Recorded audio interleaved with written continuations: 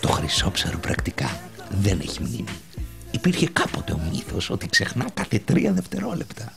Τελικά είναι 3 μήνες. Αλλά και πάλι είναι λίγο. Τι θα γίνει, θα έρθείτε ή θα περιμένουμε μέχρι αύριο? Έχω ένα τέταρτο που γύρισα από την εκκλησία και είμαι έτοιμη. Στους άλλους πέστα. Τάτα! Χρήστο, έλα, μας τελειωτώεις. Μίλησε με το σπιτονικοκύρι. Τι θέλεις πρωί-πρωί, Κυριακάκου? Μην περπατάμε και του φτέρουν τα δρύανα πατώματα.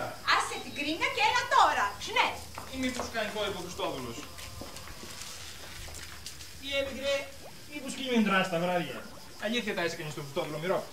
Κοίτα να φας εσύ τίποτα πρώτα, που τη βγάζεις όλο με πατατάκια μπροστά στον υπολογιστή. Ναι, καθίστε να μιλήσουμε, γιατί θα φάμε καλό ούτως ή άλλως. Τι συμβαίνει, άντε πες. Έχω τις εξετάσεις superior. Ο Αρβανίτης μας διώχνει, το θέλει για ιδιοκατοίκηση.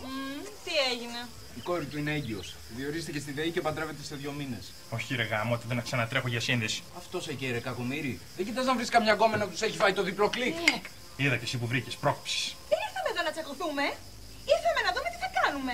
Θα κάνουμε ό,τι μας φωτίσει ο Θεός. Κι αν του τελείωσαν οι λάμπες.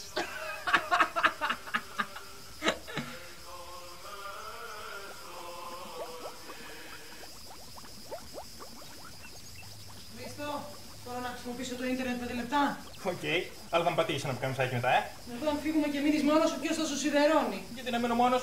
Το ευτυχές δεχός φαίνεται να το σοβαρεύει πια, Χρήστο, και εγώ δύσκολα θα συγκατοικούσα μαζί σου. Να σου πω, μπορώ να εγκαταστήσω ένα button στο toolbar για να έχω shortcuts στους τιμόμενους Αγίους.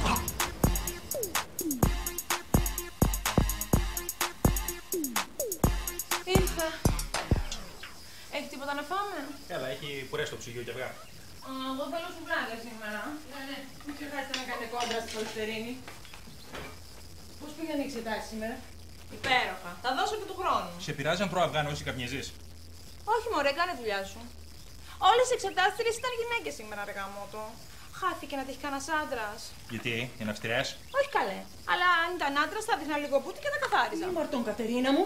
Μετά αναρωτιόμαστε αν οι συνεντεύξεις περνάνε από τις κρεβατοκάμαρες. Όχι όλες οι συνεντεύξεις, μόνο αυτές που είναι για μονιμοποίηση.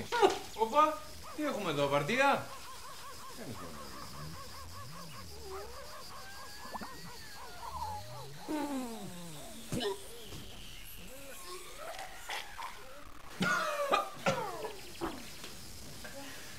Έχει τίποτα άλλο να φάμε? Κούρασε ο πρωινός φραπές, Μην ανησυχείς, θα σου παραγγείλει καλή σου σουβλάκια με τα χεράκια της. Τι για αυτή πάλι, άρχισε νηστεία? Καλά, καλά.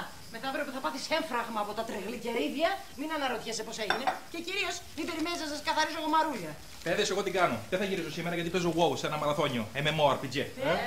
Anyway, θα είμαι σε ένα ίντερνετ καφέ μέχρι ξημερώματα. Please, μην ξεχάσετε να τα είστε του Χριστόδουλου, έτσι. Ναι. Άντε, θα τα πούμε. Bye.